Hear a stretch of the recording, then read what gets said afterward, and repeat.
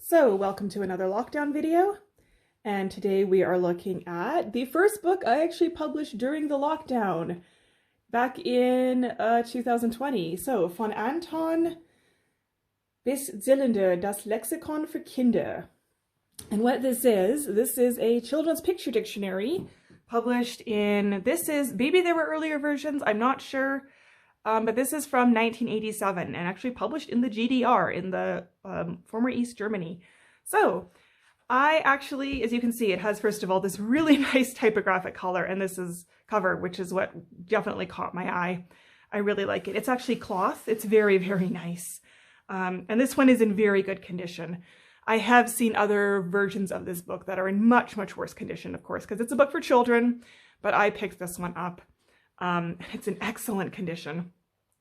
So again, from 1987. And as we can see, as we open it up, really pretty cover. It cost €5 from the used bookstore. And it was published by Der Kinderbücher Verlag Berlin. So that would be the children's book press in Berlin. At the time, of course, in the former East Germany. And as you can see, as you go on the inside here, what I really like is they've shown everybody who made the book. All the authors, the people who worked on the text, their researchers. We can see that the illustrations were done Eberhard Binder-Stafford, extremely German name, and some other people too, unter Mitarbeit von Elfriede Binder, Hermann Goebel, that's quite a name, and Gerhard Lehmann. So yeah, and I really like that actually as a way of explaining to children who made the book, little illustrations. So starting the Anton. So this book I picked up again during the first or second week of the lockdown back in March. In Freiburg, I was going to the Münstermarkt regularly, sort of every couple days, to get some fresh bread and fruit. Sort of my excuse to get out of the house and go for a walk. I just walk into the city. I didn't have to take public transportation because I live close enough. And the Münstermarkt had a license to be open, and so this is the market around the cathedral in Freiburg, and they weren't all open, but a lot of them were. A lot of the local sellers, so I would get some bread and fruit, get some cheese, and there's always been a bookseller under there. He's got an open-air bookstore selling used books, various types. There's quite a few really nice used bookstores in Freiburg that, of course, you can pick up really, really nice things for very good price. As you can see, as you saw earlier, this was a whole €5. He was allowed to be open, and I asked him, I was like, how are you open? How are you the only bookshop open in the city during the lockdown? And he just said, well, I have the license as part of the Münstermarkt. So the police came and looked at my little setup at my tables, but you know, I just pointed out, hey, I have the license, the Münstermarkt has the license to be open, and I am a part of that. So he got to be open during the whole lockdown. So I actually visited him quite a bit and picked up a couple really nice books, including this one. I'm really happy with it. I would say that the artist, again, not to be mean at him or anything. I totally understand that, you know, he was probably working on a deadline, and in the GDR, it was not always the easiest environment to work in. I think he is really, really good at machinery. It's like this, for example. I think his architecture layouts are very nice. I really like this even as a reference book. I think it's really great. When they're doing copies of photos in, looks like gouache, they're okay. I think there's clearly a little bit of a distortion there. I think this is an example of an artist who's super good at like more technical things, but he's not as good at people and animals. And that, again, that's not to be critical of him. I'm not super good with machinery either. It's definitely something I have to keep practicing at. I think this is Steinkohlbergwerk, so this is a coal mine. Really nice diagram. I think when he does the maps, they look really good, as we can see here.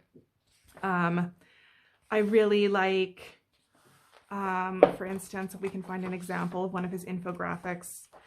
I think he does really nice infographics. I really think they're, his maps. I really like his maps, like these two here. This is really nice. And then this one here as well. I think this is a really lovely map. I really like his color choices with the pinks and the purples. I could find an infographic here. We won't flip through the whole book because it is quite thick. But he's definitely not as strong with animals. I think that's definitely like a weakness of his. Like I like his cars. They're really, really nice. But I would definitely say that like his animals, I mean, he's working from photos and I can see that he doesn't quite have like the facial structure on this lion. Like his puma looks very like a house cat. It doesn't really look like a puma. But on the other hand, you know, an artist who's working in the GDR in 1987 probably had a lot more limited opportunities to travel. The tiger is okay. But I can definitely see with some of his animals, he's not as familiar with drawing animals and as good at understanding the underlying structures underneath. I think his strength is definitely more in maps and technical illustrations. I mean, his horses, of course, I'm always super critical on his horses. To me, his horses are like, they're adequate, they're okay. They're not the best horses I've ever seen. I think his full-blood fair looks like sort of a, I think he's definitely copied this from an older oil painting. It really has that look of like the 18th century style of painting thoroughbreds with these like, this very like triangular front body and the smaller head.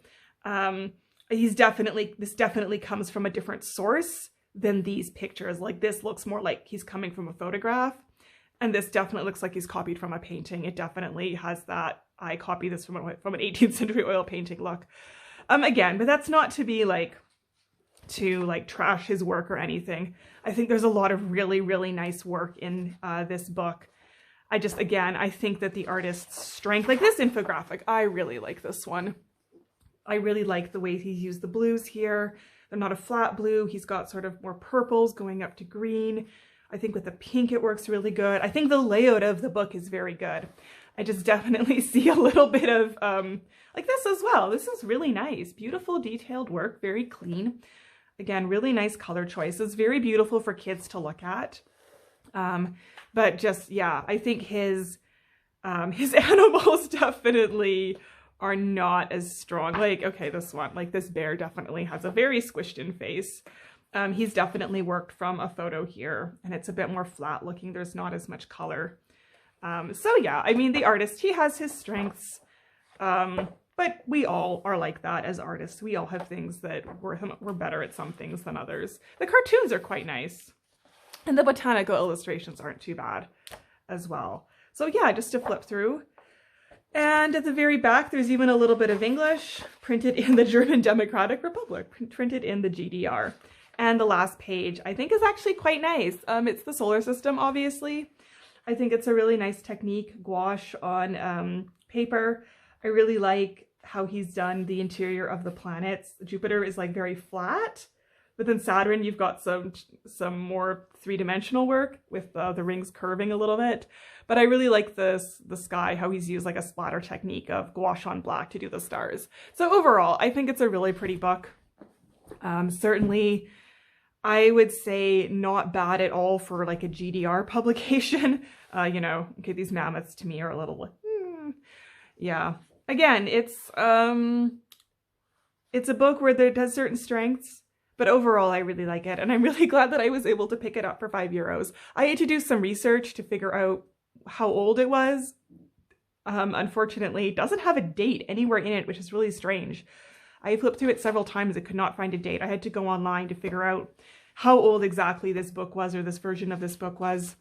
But, and I've seen it on eBay for about 30 to 50 euros. So I'm really happy to have picked it up for $5, and it's definitely a treasure in my collection. And I hope you've enjoyed looking through it with me. So until the next video, tschüss!